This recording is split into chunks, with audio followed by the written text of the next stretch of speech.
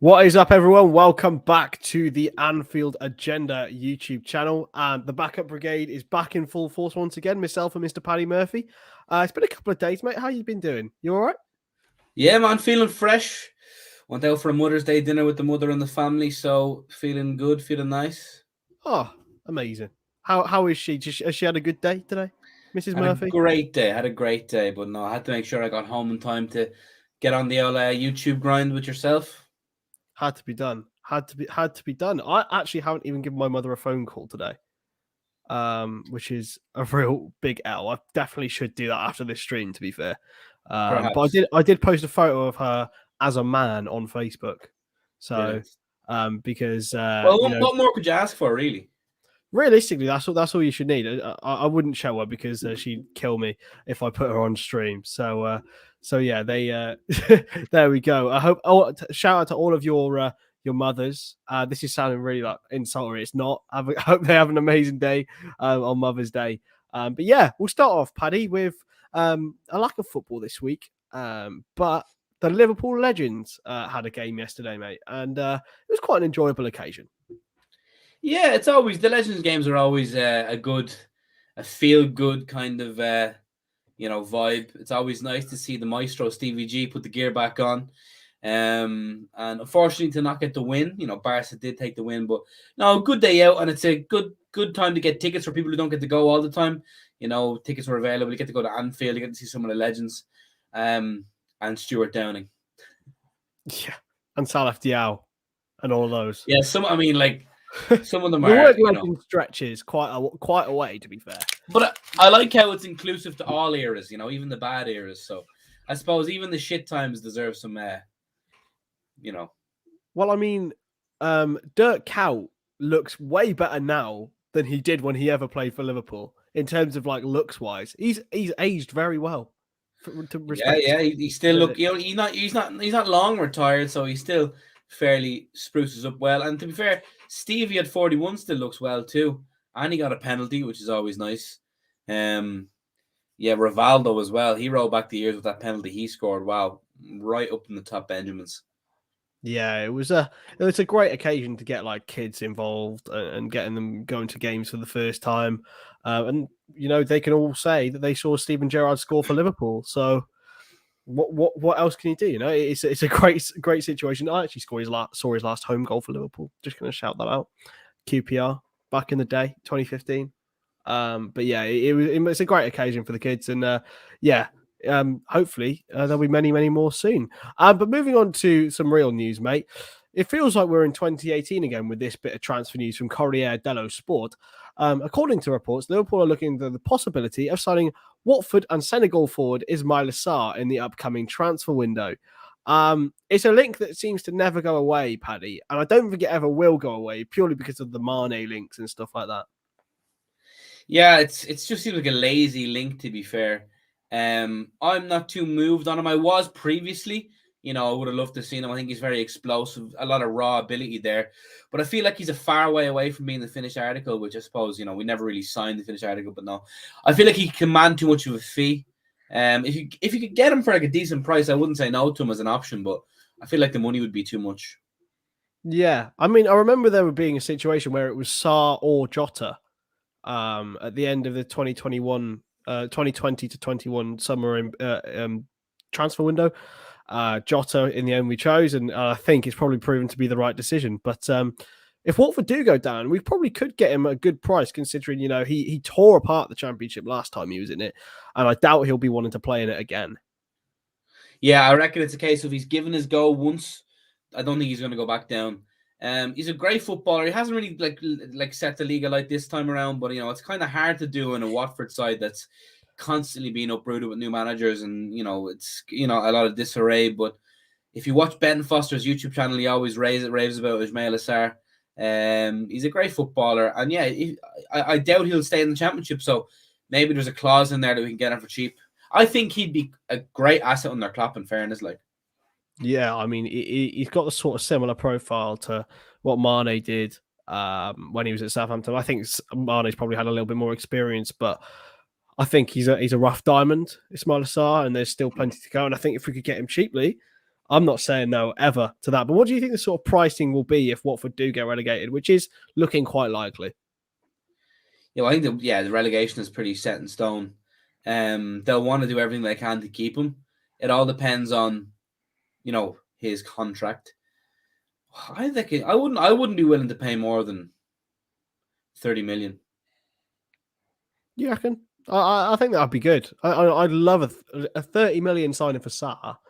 I think would be perfectly adequate cover if we did lose one of the front three, original front three of Mane, Firmino, or Salah. Well, definitely wouldn't cover Salah, but if Mane or Firmino left, I think Sarr would be a really, really good sort of profile to replace them. He can play on both sides, can play through the middle as well.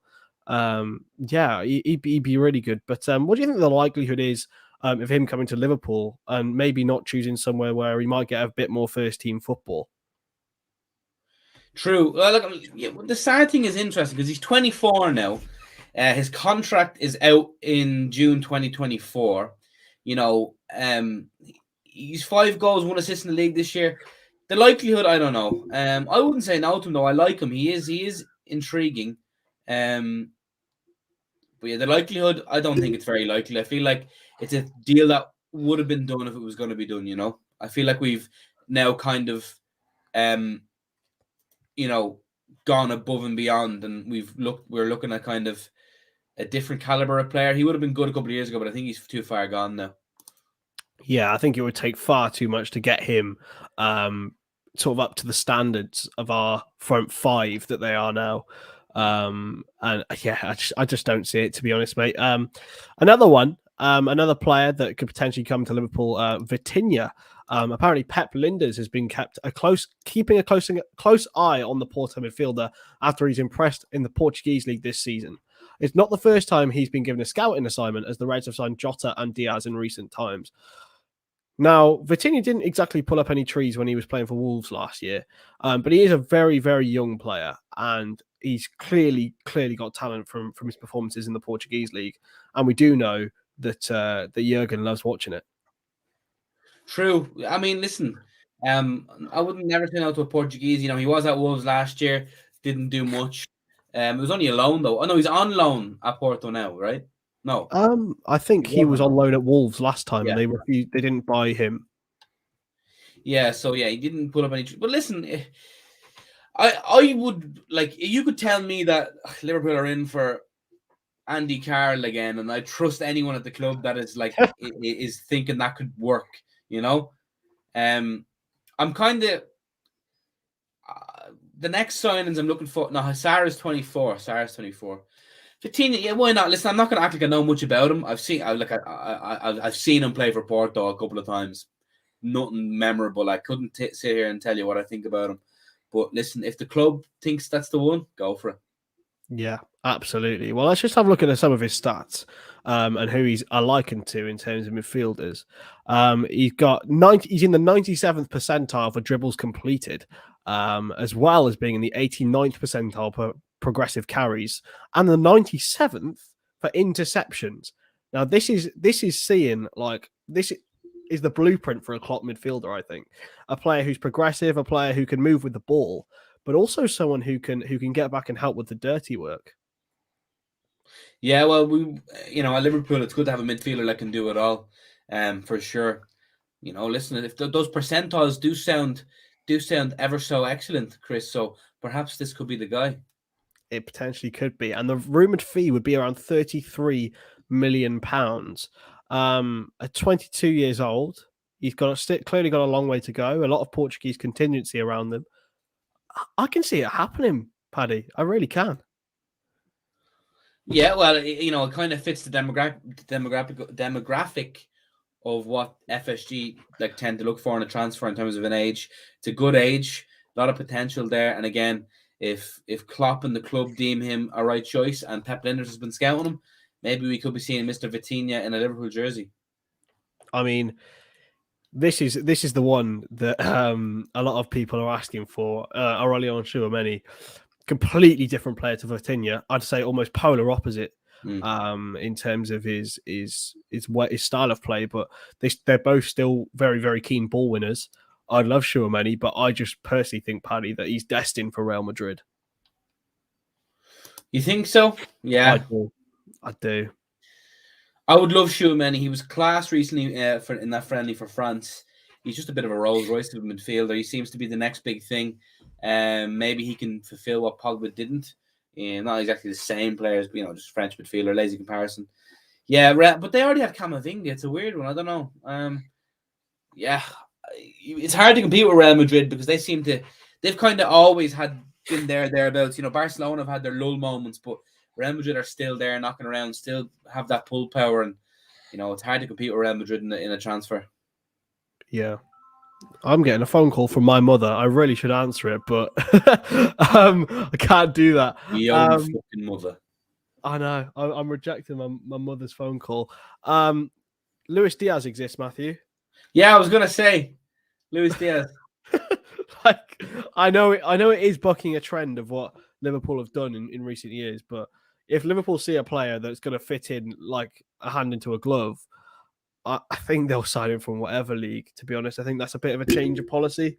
Like we've seen with Diaz, and we acted quickly, and look how well he's fit in.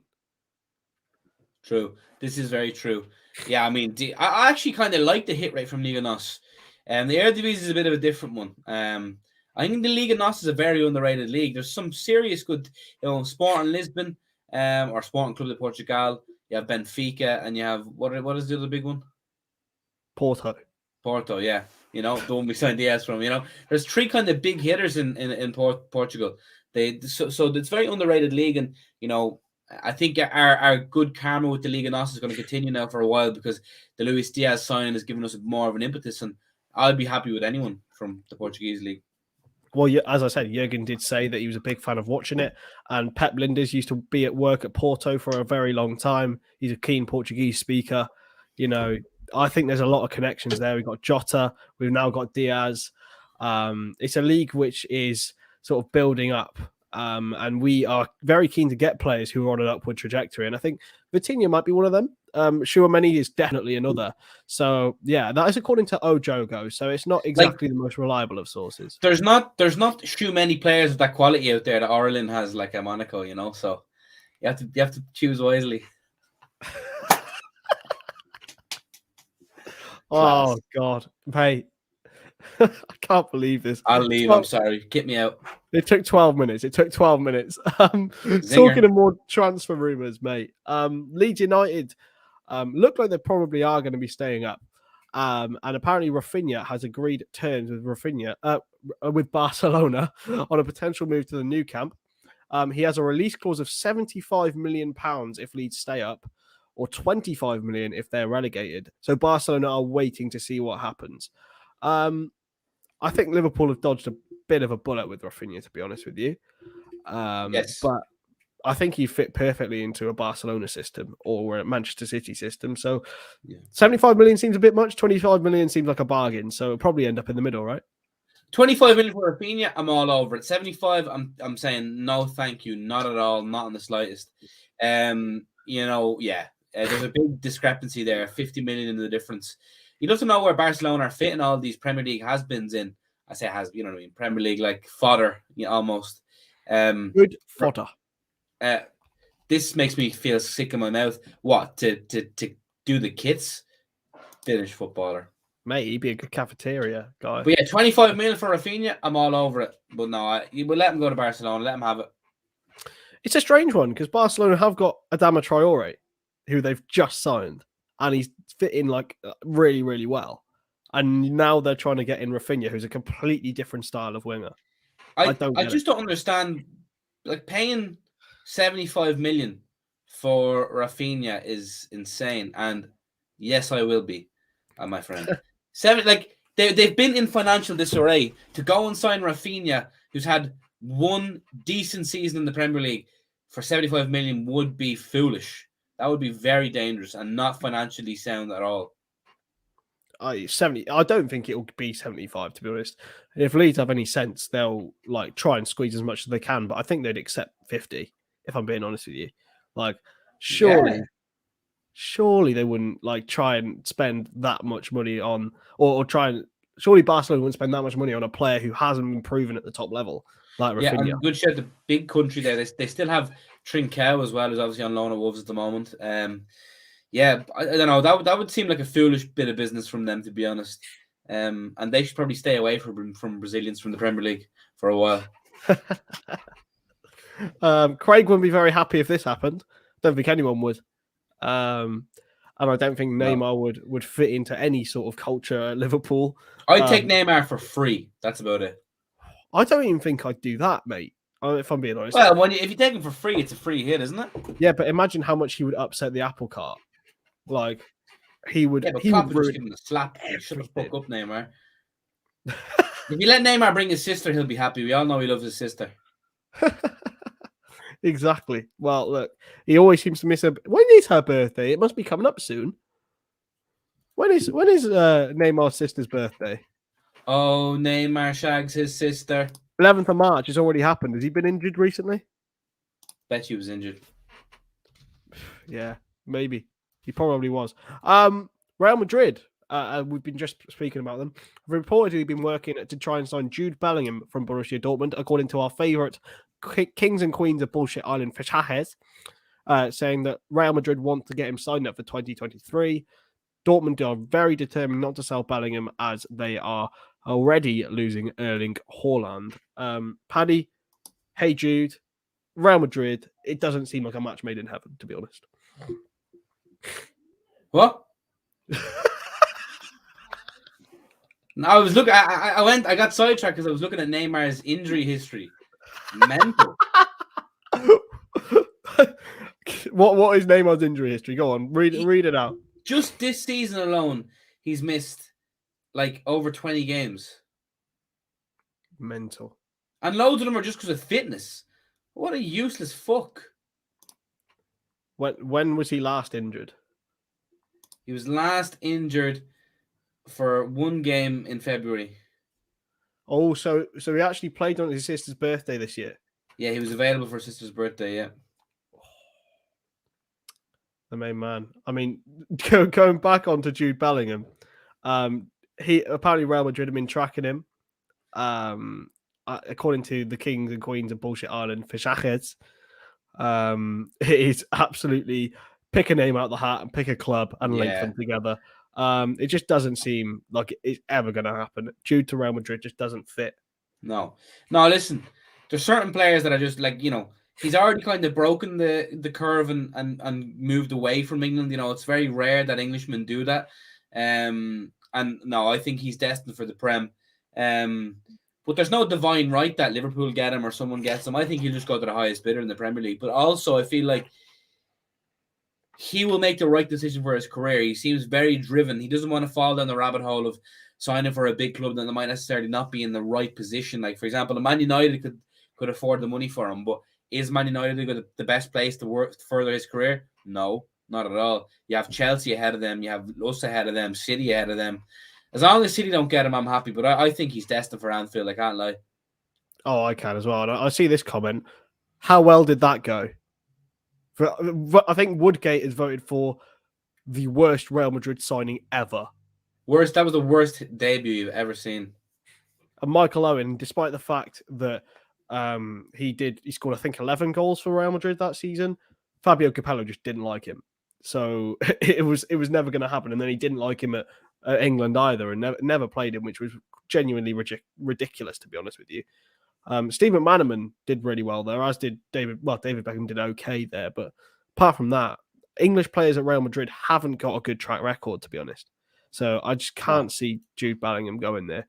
Do you think Bellingham is going to go anywhere this summer, or do you think it'll be it'll be either next summer after that, or maybe the one after that he'll leave Dortmund? I feel like Bellingham himself will want to move in the summer, but I feel like if Dortmund, which they are getting rid of Haaland, they're going to fight tooth and nail to not lose both of them. To lose both Bellingham and Haaland in one summer is going to be tough. They lose Haaland, they can kind of, pull the wool over the fans' eyes with a signing of someone else, the next best thing. But to lose both of them will be tough. So I feel like it depends on the Haaland deal. But, I think for the sake of Jude's career, it's time to go, I think. One more year at Dortmund would be the worst thing, but the sooner he comes to the Prem, the better.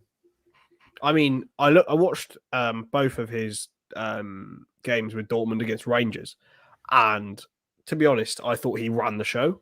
He was completely and utterly the best player in both games over the two teams. But I don't know whether he'd want another season of trying to be the main man, a big fish in a small pond. Just pure, like sort of like a Grealish at Villa, that sort of mold, where he is like the man for Borussia Dortmund, and then he can move on to another club. Yeah, perhaps that's true. I feel like Jude wouldn't mind staying at Dortmund either, but I feel like his next move will definitely be the Premier League. I'd nearly be sure of it. Like a comment says there, if they can replace Haaland early enough, I feel like Adeyemi is being lined up. Adeyemi is he's not necessarily like for Haaland in terms of a play style, but like for like in terms of one talent for another. Adeyemi is going to go right to the top, and I suppose as long as Bayern don't lose these players as long as Dortmund don't lose these players to Bayern, they're okay. I think it hurts a lot more when it's to Bayern because it's like, wow, it's not only are we losing our player, but it's a double-ended punch because they're going to the biggest rival. I think this is a very, very good point when it comes to Bellingham. Sancho ended up going for 75 million. I think he's starting to find his feet now at Man United. And I hope he does well, to be honest with you, purely because I like him as a player, but not at Man United, preferably. Hopefully he leaves there and does poorly. But I think Jude could cause probably 100 million this summer if Haaland goes, but I think he could be 80 by the time. The money's kind of mad, though, isn't it? Dortmund are sticklers. They're used to getting their pants pulled down, you see. So they want to get the value. If they're getting their pants pulled down, they want to get value for it anyway. I would love nothing more than Bellingham. I feel like he'd slot right into our midfield. The midfield three of Fabinho, Thiago, and Bellingham makes my PP tingle. It's really exciting, and I feel like Klopp would love him as well. And maybe the good relationship we have with Dortmund, Klopp has with Dortmund, could kind of smooth things over for the sake of 5-10 mil. Maybe. I'm just checking Jude Bellingham's contract. It runs out in... When does it run out? I'm just checking his contract length because it expires in 2025, so we'll have 2 years left on his deal by the time, potentially, that it comes around in 2023. I just think he'll be a lot cheaper next summer if anyone tried to go for him, because Dortmund will replace Haaland in a way that they can afford to lose Bellingham, I feel. Whereas I think if they sold both in the same summer, then it would be truly carnage when it came to the fee. But what do you think sort of the price range will be this summer compared to next summer? Well, next summer, you're a lot closer to the contract's end. You're looking at 100 million this summer, and maybe you're looking at 75 next summer. And that's a big difference. Yeah, it is a big difference, but for the sake of getting him early, the 25 could be worth it. But you have to look at it. He's 18 years of age. He's already commanded a fee of 20-odd million. He's already played 10 times for his country. Apologies. For an 18-year-old, the way he is right now, like, there's not many other 18-year-olds in world football that, have that CV right now. The only fear I have for Bellingham is like the Michael Owen effect, where he started so young that he could burn out early. Is there a danger of that, or is it because they're a different style we could be okay? I think Michael Owen was so reliant on pace. Yeah. And as soon as he had one hamstring injury, that was the beginning of the end. Just watching him when he was younger playing for Liverpool in England, like the way that the sheer level of electric pace that he had was unbelievable. And I think as soon as that's gone, and that's why I was a little bit worried about Mbappe, to be honest with you. Yeah. When it came to, because he's just he's so quick. But I think he's improved a lot as a technical footballer as well over the last couple of years, and he's a really, really good passer of the ball as well. I saw someone mentioned this earlier, Paddy. I wanted to get your thoughts on this. Italy going out of the Euros, not qualifying for the European Championships. North Macedonia knocking them out. It's a bit mental, isn't it? Do you know what I mean? It's for the World Cup. Sorry. The celebrations on Twitter looked like. Huh? Judging not by Italy's loss, was that not England winning something? The reaction on Twitter certainly looked like that. It was a bit mental, wasn't it? I just don't get it.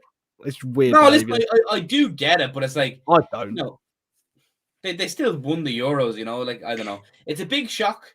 It's a big shock. It's a big disappointment. You know, I know they've won the Euros, but you know, the World Cup and Italy kind of go hand in hand, you know. It's a big loss for them not to be there. It's a big loss for the tournament not to be there. They've just cried out for a striker. Immobile never seems to do it for them. You know, maybe there was a shout for Mario Balotelli to be in there. He's in kind of good form. Maybe he could have, I don't know. Maybe, you know, Come on. He couldn't have done much worse, to be fair. Where's Mario Balotelli playing these days? Huh? Where's Mario Balotelli playing? He plays for Demispor in Turkey. Oh, come on. He got called back up to the team. He got called back up. Oh no. No, but listen, yeah, maybe even Balotelli couldn't have saved them. But yeah, it's a big miss for them not to go to the World Cup. That's 2 World Cups in a row. Now that's, by the time the next one rolls around, it'll be 20 years without Italy at a World Cup, which is kind They've only won 1 game at a World Cup in the last 15 years. Yeah, it's mental. It truly is mental. You know, I'm Irish. We're used to not getting the World Cups. But Italy should be going to every World Cup. It's kind of bizarre, especially considering they just won the Euros. But I think Federico Chiesa was a big miss for the Italians. I think he was instrumental in the Euros campaign. You know, he was so bloody good, and to not have him kind of really hurt them. It kind of showed how inspirational he was, and Donnarumma as well. Was terrible for the goal too. Yeah, he certainly was. Ireland also got a very, very good result yesterday or the day before. Whenever was it? Against Belgium. Chidozie Bene, yes, Nathan. The next Irish R9. No, listen, it was Belgium's B team, but still a great result to get any result against Belgium.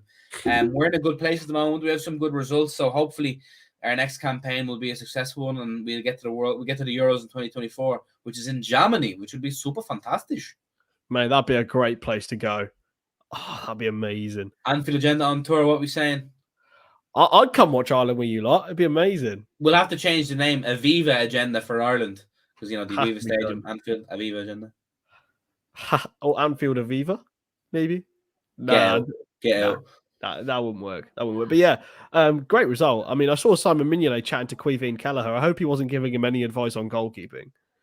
Yeah, it's funny. You kind of forget they overlapped a little bit, don't you? Now, listen, Simon wasn't kind of blessed with goalkeeping ability, but he was a good lad. I remember his penalty save against Stoke on the first day of the second place season. That was a good moment, I suppose. But we all thought we got a gem. Yeah, we all thought. You know what's mad? Bene scored a quality goal and an assist, and he plays in League One. So up the Irish. Who did he play for? Rotherham. Oh Christ! No, we have League One players in our team. Like, that's Ireland. There, you know, we're doing well what we have, but we're on the rise. Exactly, mate. Exactly. And best of luck to you all, because honestly, I have no affiliation with any national team. So you can see Ireland, my brother. Come to Ireland. I'm rocking a Scotland 90s shirt right now. Nah, actually, you own a Northern Ireland jersey. We don't want you. You can support them, mate. I'll support all of the Celtic nations. That's the vibe. No, we don't want you. Just you've been tainted. Anyone but England, mate. Anyone but England. It was actually, interestingly, Mark Sykes, I believe, was on the bench for Ireland, and if he had played, he would have been the first Belfast-born man to play for Ireland in 70 years, which is mental to think about. But yeah, the more you know. He didn't play, unfortunately. I don't think. Well, there we go. Let's get into the main topic of the stream then, Paddy, because I think we've kept them waiting long enough. So this is according to Football Insider. FSG are reportedly expecting Mo Salah's wage demands to drop in line with what Liverpool are prepared to offer, partly due to lack of suitable alternatives for the winger across Europe. This comes from Football Insider, with the publication claiming club chiefs remain confident over the likelihood of the number 11 agreeing fresh terms at Anfield. Paddy, do you think they're right to assume this? I'm just sick of it. Anyone else sick of this talk? When will it end? Yeah, perhaps they are. Robbie? Huh? When will it end, Robbie? When will it end? I feel like it's just a never-ending speculation. I don't know what to believe. We've heard so much different stuff from different outlets, different factions. I just don't know what to believe, and I kind of just don't want to believe anything until it's done. You know, I just want it to be done. I don't want it to affect the squad. I don't want it to affect Salah's head. He didn't they? They won the first leg, didn't they? 1-0 Egypt. Yeah, they did an own goal from Senegalese. I can't remember his name, but yeah, they did well. So When's the second leg for that? it's quite soon. I think it's next week.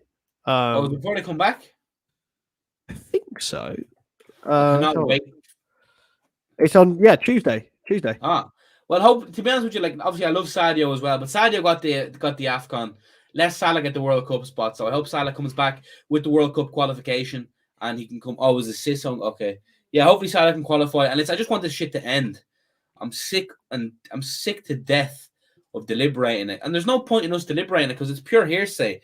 It's like outlets see the news and they just make up stuff. It's so easy for them to make up stuff because no one ever tracks down the verification of it. So, listen, I hope it gets done. I don't know what to believe. That Rami Abbas is a fucking arsehole. I just hope Salah gets qualified, comes back, signs the thing, and we win the quadruple. Imagine the boost it would give the squad if Salah just rocked up before the Watford game with his fresh new contract. It would be limbs. That announcement, when it comes, if it comes, will be biblical. I think it'll be one of the most liked things ever on Liverpool Twitter, ever, if not the most. Yeah, because it's so anticipated, I think Thiago is probably the most liked one when it comes to that. I think is that Craig or Connor on the Anfield Agenda account. Good evening, mate. Definitely Craig. Yeah, Connor would never call anyone beautiful.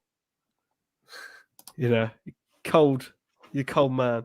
Nah, he loves me. He loves us all. We all love Connor. No, but with the Salah stuff, I just don't want it to become a toxic thing. Like we kind of seen murmurs of it already. Before the Brighton game, there was a bit of discomfort among the fans, and no fan will ever give Salah hate. But the longer it goes on, the more misrepresentation is in the media.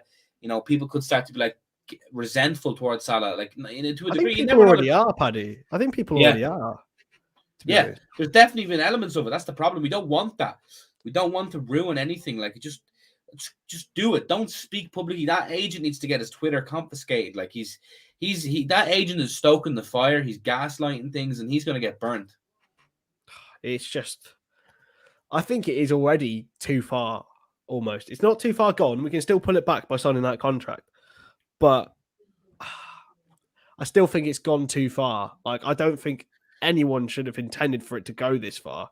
I had a feeling. I think everyone did. Everyone thought it would happen in January and be the only sort of news that we would hear in January. I think a lot of people would have taken that. To be honest with you, it didn't happen, unfortunately, for Mo and for everyone. It's still going on. It's still a saga, and it's getting closer and closer to the end of the season, Paddy, and getting more and more nervous about it. And it's just, as you said, it's dragging. Yeah, it is. But you know what? At the end of the day, like I look at both sides here. I look at Liverpool. I look at Mohamed Salah. Mohamed Salah, let's say he leaves Liverpool tomorrow. Where does he go? Does he find anywhere better than Liverpool? No. Does he want to stay at Liverpool, break all these records, and probably finish his career here? Yes. He has said that before. So the willingness is there from both sides. And when there's a will, there's a way. For the sake of a few quid, it's going to be done. I've always said FSG must get it done. I feel like Salah's probably not. He's not asking for ridiculous money. He's asking for money in relation to the rest of the league, which is fair. He's one of the top. He's one of the top earners. He deserves to be one of the top earners, and I feel like it'll be done. I there's a part of me that feels like there's more to it than what meets the eye. Like I feel like it's not just a wage. It's maybe he wants certain like bonuses or other things. But no, I feel like it'll be done. There's too much willingness on both sides to not get it done. I wish I had your confidence. I really do. You don't have confidence? I just think if it was ever going to get done, it would already be done. If there was ever going to be there has to be negotiations, Yeah, but negotiations only take so long. Like there has to be a major change from one of the sides in order for this to happen. And I think that's what FSG and Liverpool are waiting for, is for a major sort of change in Mo Salah thinking, Mo Salah's party, saying, actually, I'd rather not go to Juventus or PSG because I might not have this same sort of success that I would have and the love that I would have at Liverpool. But I just Yeah. don't think that I don't see it happening, Paddy. I really don't. I just think it would already be done. No, I feel like there's definitely a discrepancy between the two sides. There's definitely a bit of dysmorphia. Is that the right word? A bit of, disrepute, bit of, they're not meeting right now, but I feel like it's a long process. It's not out in the summer. There's still time to get it done. But at the end of the day, I just don't see the point in him moving. He is in his prime right now. He's perfect. This Liverpool team is ready made for him. It plays to his strengths.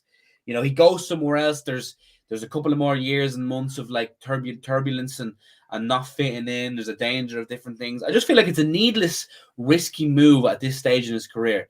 He's in his prime. He might as well ride out his prime years while he's in a prime position. To go and move somewhere else would be stupid. And he doesn't want to leave. He said he wants to finish his career here. So again, there's willingness there, and I think it will be done. There's no question it will be done, because I think that if it's not done, us fans will be so infuriated by it that the owners will come under serious fire, I would say. I disagree. I think it'll move on. I think it'll move on. Life will move on, because it's got to be a willingness from both sides. And if it comes down to Mo Salah wanting an extra 50k a week, unfortunately they're on the side of negativity for me. I think, as you've said and I've said in multiple streams, no one is bigger than the club, and for someone to overvalue themselves in comparison to their peers, I think that would be viewed as Mo Salah being on the bad side, rather than if you view it logically. I think if Mo Salah wanted £500,000 a week, if I was Virgil van Dijk, I'd be knocking on the door straight away, because arguably he is as if not more important to Liverpool. So yeah, but there is an element of that. There is an element of that. The players will know that the Salah is getting a better contract, and there is an element of that. Like, there will always be upgrades in contracts when players are playing at other levels. So if Virgil comes looking for it, he'll deserve it as well. You can't underpay these players. It's kind of common knowledge what the rest of them earn, and they'll always be looking for their fair whack. The only reason it's not been mentioned now is because Virgil is a few months or a few years away from signing a new one. But I feel like when it comes to that time again, we'll be in the same situation with Virgil. He'll want more money as well. And then it'll come down to, again, whether in the current moment they're worth it. But I feel like right now, Salah is worth it. It's not like a Mane. I think a Mane would be a different situation, because Mane's not necessarily in his prime, whereas Salah's probably as good as he's ever been for us. So he can value his case. He can argue his case for the value of this new bumper deal. And it's just the way football is going. The more money the clubs earn, the more money the players will want. It's true. But then I agree with your sentiment about Mo Salah's worth now. But maybe FSG and Liverpool's argument would be, what's Mo Salah's worth in 4 years if we're going to give him a 4-year contract? Like, is it going to be to be the highest paid player at the club? I mean, I know he keeps himself in elite condition, but I just don't see it from a financial perspective. However amazing Mo Salah is, for him to be so far and away above everyone else, it's a really difficult debate. But I don't know if it is, because right now he's in his prime. I don't see how he drastically drops off. And, I said it before on a show with Craig, like, you crunch the numbers for the Salah deal. Let's say it's 4 years for 400 grand or something. You put that into a monetary value. You go out with, say, 75 million, 100 million. Who do you buy in world football that replicates his numbers? Now, I want to keep him by all costs. But I'm also like you, that if it doesn't get done, I feel like we will have to move on. So the world isn't going to stop if Salah leaves, but I don't want it to get to that. But I'd be worried about who we'd get to replace him. I can't think of anyone in world football that we would or could sign that would replicate him or replace him. That's true. That is true. But then I don't think there was anyone in the world who could replace Michael Owen. I don't think there was anyone in the. I don't think we replaced him until we signed Torres. Don't think there was anyone in the world who could replace Torres at the time, but there was, that we could get. I understand the sentiment of Salah is the highest scoring right winger in the world at the moment, the highest scoring forward in the world, one of, and we couldn't replace him with anyone. But right now, we could develop someone who could come into that role, because that Jurgen Klopp's got a proven track record of doing so. Who's to say that Luis Diaz couldn't go on and do that? or a potential new forward. I know it sounds very, very far-fetched and a stretch, but he's not irreplaceable. And I think people need to get this out of their minds, because Liverpool will replace Mo Salah because they've replaced every single player that's walked through the door.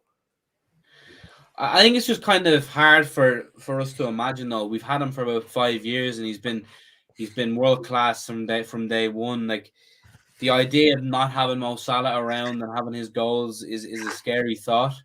Again, I feel like we would cope, but the way we play with him is so, it's such a distinct style. If he goes tomorrow, who's in that gap? I can't get my head around the idea of that.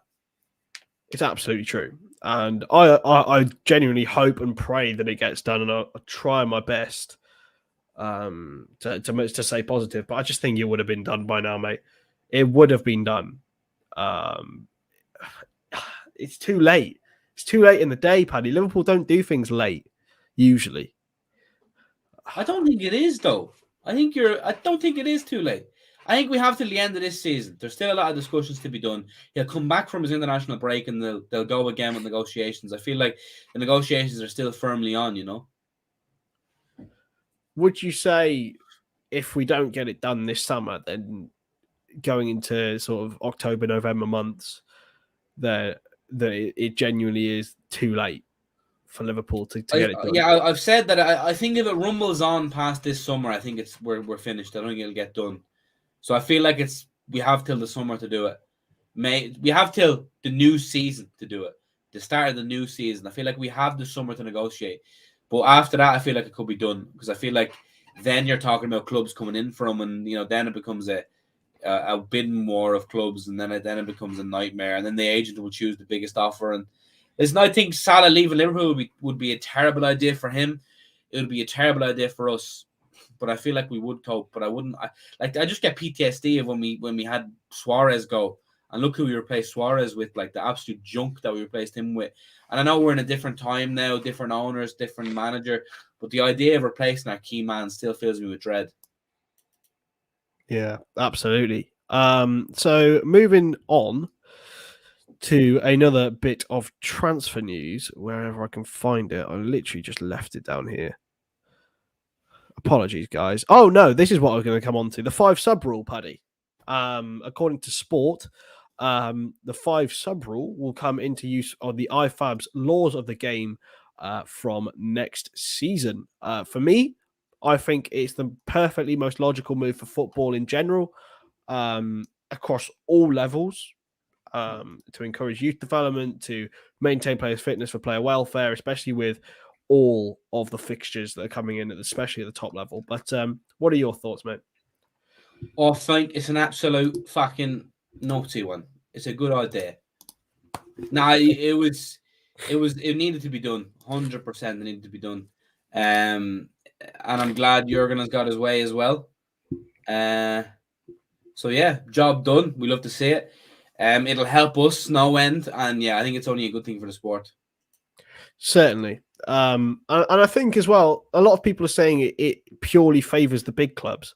I don't think it purely does. I know they've got stronger squads, but it also means that Burnley, I don't know who comes up, like Fulham, all of these clubs can rotate and keep their best players fitter for longer, which makes so much more sense than this insistence on sticking to 3 subs when every other league in Europe goes to 5. Yeah, exactly. The Premier League likes to do that, though. They like to kind of, piss off the big clubs. It's very frustrating. But I think it's a good idea. It's a good idea for the player welfare, especially with the upcoming fixtures and the fact the World Cup is rammed right in the middle of the season. We have a lot of games to fit in. It was the right decision, and I'm glad they could finally come to an agreement, because I think it helps everyone. People say that even like the Burnleys and of this world, like that will help them too. Like, yeah, and it's a pure bitterness thing. I feel that the teams are against it. I genuinely don't understand why you would be. It just means your players can get more minutes rest and more recovery time, and I don't see how that's a bad thing for anyone. This is an interesting one, by the way. Everyone can go and join the member community here, and you can join our Discord group. Me and Paddy And Craig and Connor are all in that, and you can all have a chinwag with us if you really want to, if you really want to reach the depth of conversation that we do. So yeah, make sure to join Anfield Agenda FC. Paddy, another bit of transfer news came out yesterday, and I think is another bit of agent talk. Marca suggested that Liverpool are hopeful of signing Marca or Marca, whatever. Liverpool are hopefully of signing Barcelona star Gavi after the youngster returned down a third contract offer from the Catalans. It's all of these young central midfielders today, Paddy. He is extra young. And he's been amazing for Barcelona this season and towards the end of last campaign. What are your thoughts? Do you think this is pure agent talk, or do you think there is an actual bit of truth to it? I just don't see it. Just doesn't work. I just don't see how it ties in. Like a young Spaniard, a young Catalan man. He's Barcelona. He's not a proper Barca man though. Oh, is he not? He's not from Barcelona. He's unlike Pedri, unlike Mingueza. He's not a pure Barcelona born and bred man. Well, then that's different. But he's grown through. He's went through La Masia though, hasn't he? So yeah. This is the problem. I just think Liverpool are being kind of used as a ploy by the agents to get the contract done. I feel like that contract would be a lot more straightforward. He's a decent player. I've seen bits and bobs of him this year, but I'm not going to act like he's a lot of nurturing still to be done. I don't think we allow him the time to come in and like grow. I think he needs game time at that age. There's no point rotting the bench at Liverpool because he's not going to start for us, is he? So yeah, I feel like it's a non-starter really. Especially with the amount of money we'd be paying for him. We wouldn't be able to be afforded the time to give him the minutes to ease him into the Liverpool style. I don't see it happening. However mouth-watering it would be to have him mentored by Thiago Alcantara. True, absolutely true. Barcelona might think the same thing of getting Thiago over. I think Thiago's definitely going to move to Barca after us. Not for a while, hopefully, but I think it's like he's ready made to go there again. Not for a while, of course. But yeah, no, I just don't see the Gavi one. He's a decent player, but no, I don't think there's much. I don't think it's going to happen. Do you reckon? I don't know. It's he's from Tenerife. Okay. What's that? Pedri is from Tenerife. Oh, there we go. And Gavi's from Seville. So Pedri's Tenerife. They Barca are good at that, aren't they? Like tapping up the youngsters. Like, did you see? I can't remember who it was. It might be Bayern Munich paying £300,000 for a 13-year-old. How is that legal? That shouldn't be legal, man. That is dodgy. That league. I'll never take the Bundesliga seriously. I'm sorry, but yeah, Barca are gangsters. They make us think that La Masia is this like mad production factory, but they actually just signed them from other Spanish clubs. Exactly that. Oh well, they just invite them in, I suppose. But yeah, it's I don't know. I just feel as if Liverpool being used as agent talk is a bit of a compliment because it used to be people being, we used to be the ones chasing people for this, but now people are using Liverpool's name. So that's how far we've come, Paddy. We've come so far from the days of chasing the Barinis and the Balotellis, but now it's okay because we are the ones being used. Shows how far we've come. Okay, another bit of transfer news from Ismaila Sarr side. This is another report from a different outlet. Apparently, we have been aware, and he's looked at as a Divock Origi replacement. Paddy. Who? Ismaila Sarr. Now, yeah, listen, that would be great. I'm not against that at all. Yeah, I'm all for it. Again, for a reasonable price. I think if Watford get relegated with the years left, we could get him for a good deal, and I'd be all for that. I feel like he'd be a bit of a demon under Klopp, and off the bench would be an explosive asset. Like, so we spoke about Origi potentially leaving. Sadio Mane potentially could be leaving. Yeah. Oh God, that's cursed. Oh no, I don't know. I don't think I want to be. Imagine seeing that McGregor beam. Imagine seeing that at the end of your bed. That'd be frightening. Ask your mother. But Binga. I should have seen that. Should have seen that from a mile away. Why didn't I see that? Paddy is streaming people tonight. He is. Yes, we So have a stream at 10 p.m. after what here. what FIFA content are you getting up to tonight, Mr. Murphy? Is there anything Full good foot going champs, on? my friend. Foot Foot champs. champions. If you know, you know. Is that the hard one? Yeah, that's the online one that causes lots of trouble. Career mode clear. That's why I want to see Craig do it one day. We need to see Craig on foot champs one day. Oh God, I've seen Pieface raging on that. It's funny, to be fair. Oh, can you imagine Craig raging? Holy shit! I don't think it would make it to YouTube, to be honest with you. Gold. We love our Lord and Savior, Craig. Oh my God! He'll be back next. For anyone asking, Craig should be back probably about on Friday doing shows. So you got another 5 days of us two galoofing around. Yeah, buddy. Yeah, boy. So it's just us two having a good time. Talking of, I've just found another bit of transfer news, which is fun. Apparently, we're locked in a battle to sign 16-year-old Rory Wilson from Rangers, who has 40 goals at youth level this season. He's 16, and the Scottish club would only receive around £300,000 in things. So talking about tapping up, Liverpool want a 16-year-old from Rangers. No, we don't want any Rangers players. We'll stick to the Celtic youngsters. We got Ben Doak as well, didn't we? That's Ben Doak. What a player! Set to be completed very, very soon. Oh, national treasures from North Macedonia. Big up Macedonia. Oh! What? It's got a cramp in my foot. Oh shit! Oh. Why did Macedonia give you cramp, bro? Oh my God! Oh my God! Oh, sore. Mate, what? How and what? Did that sound like a monkey there? You did. I was like, I thought you were like reacting to him being from Macedonia. I was like, it's cool, but like, why is that cool? Sorry. Why are you about to bust? Lord have mercy. Is that the noise you make, Paddy? Yeah, exactly. Yeah. That's why I'm single. Oh, do you remember when Craig pulled the muscle? That was iconic. Elite movement. He's like, I just pulled a muscle. Just pull him. Why do you make a sound like that, Chris? That's my best Irish impression. I can't do terrible. It. Do a Craig impression. Right. 7. Where he's not from the north, like. What? I don't get it. I don't get how do I make it less north? Sound like it's more Dublin. McGregor. Conor McGregor.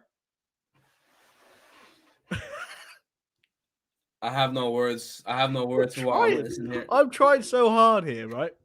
Okay. Oh, Christ. My microphone just fell down. That is horrific. Right. How do I do it then? Train me. Just try and sound like McGregor. Okay. I'd like to apologise. I'd like to apologise to absolutely fucking nobody.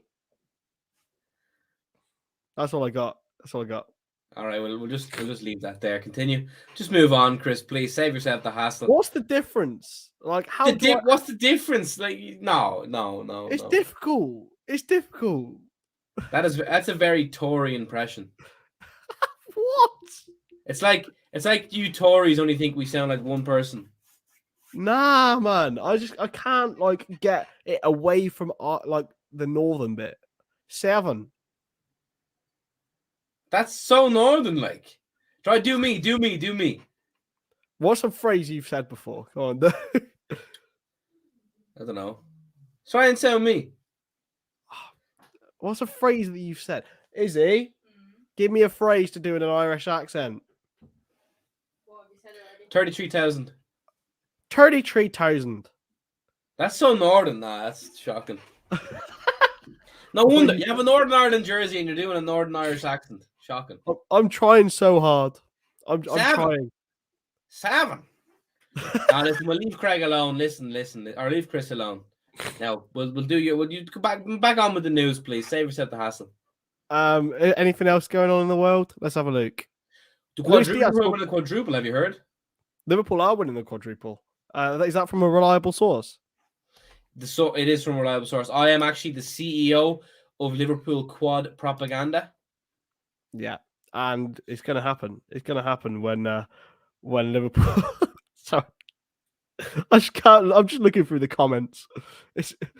McGregor is not. No, but genuinely, like I was in the pub the other night, and I was talking to the barman, and he's a Liverpool fan. He's like, I was like, oh, we're winning the quad, and he's like, you never know. But honestly, like just winning one of the big two, and I'm happy. You get me? I think going into every season, if you win one of the big two, you're sound. Yeah. Whatever happens, like. However, I feel like winning both of the big two will make up for losing the title to City that year. So I think that's fair. Oh, and imagine if City lose the title on like a dodgy Raphinha decision or something. I'm just purely down for that. Can I talk like Chris? Give me something to say, Chris. Paddy, can you talk like me? Come on. Paddy, can you talk like me? Is he? Is he? He's saying an Irish accent, is he? I love Hereford. I'm a Herefordian. Is he? That was actually quite good. That was actually quite good, you know. Okay, yeah. We're in the mud here. We're in the mud. Thank you. Paddy is better at impressions. But mate, you get to learn from Al Foreign. Your sound. To be fair, I've been doing shit like that since I was a kid. It's kind of just, it's nothing special, but I came second in a school talent contest. Yeah, you've told me that before, and I still don't believe it. I will find it. It is really bad, to be fair. Really terrible. Comedian, right? Huh? You were a comedian? Yeah, it was just doing impressions and talking. There you go. Maybe you need to revisit that. You clearly have a talent for it. I really don't. I have no talent. No, listen. Paddy, Hasbullah impression. Cannot wait. Do a Hasbullah. Work here. My name is Hasbullah. All right, we're losing the run of ourselves, Chris. We're losing the run of ourselves. No, but listen. Yeah, no, I think realistically, what do you think? Quad or not? No. It's not going to happen. I will take any one of any trophy. I'd be a little bit disappointed if we didn't win one of the big two, but a cup double coming second. What is the percentage of winning one of the big two, do you think? I think it's pretty high. I'd say 60. I'm backing that. I think we can win one of them. I think more likely to be the Champions League, if I'm being honest. Do you fancy us against Bayern? Because to be honest with you, we're beating Benfica. Let's be real, right? I back us against Bayern, especially if we have everyone fit. I back us every day. Yeah, I can't get over how much your jersey looks like fruit salad. Oh, the fruit salad sweets. It's actually a nice top, to be fair. It is. It's a banger. I could have got Ali McCoist on the back, but unfortunately I didn't. Paddy's a gem, man. Protect him at all costs. Bless the man. We got a lot of disrespect for our tier list, Paddy. I saw in the comments. I like the tier list though. It's a cool vibe. A lot of people liked it. A lot of people didn't. A lot of people liked it. A lot of people didn't. To be fair. Really? Yeah. They were saying I was bullying you for the jersey one. Yeah. Nah, I mean, I just don't feel that strongly about a jersey ranking. So I was like, yeah, go on. I'm not gonna fall out over a fucking jersey. And Paddy, you hate me, remember? Apparently, I hate Chris. Yeah, no, I don't like you, Chris. I'm sorry. We're having a boxing match when we go to Dublin. Funny, there's actually a guy that he's booked at the Tree Arena in Dublin, and he wants me to fight someone on the card. So, do it. I don't know who I'll fight though. I'm too fat to fight. I need to lose weight. Fight Craig. No, I couldn't fight Craig.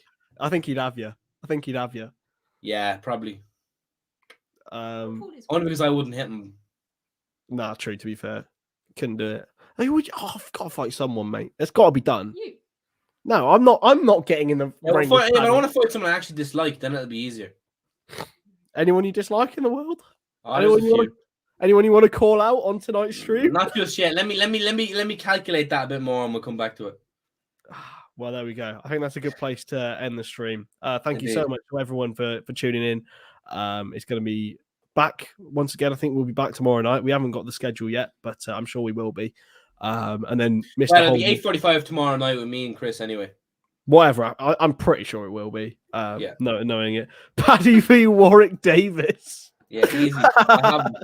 I'll spark that little dwarf out. Sorry, that's a bit offensive. I'm sorry. Anyway, on that note, thank you everyone for watching. Make sure to follow myself and Chris on all social media platforms. I'm going to be heading over to Twitch right now. Mr. Paddy, we're going to play some FIFA. So yeah, come over and have a look, and we'll see you later. Have a good one. Good night. Subscribe. God bless. End this.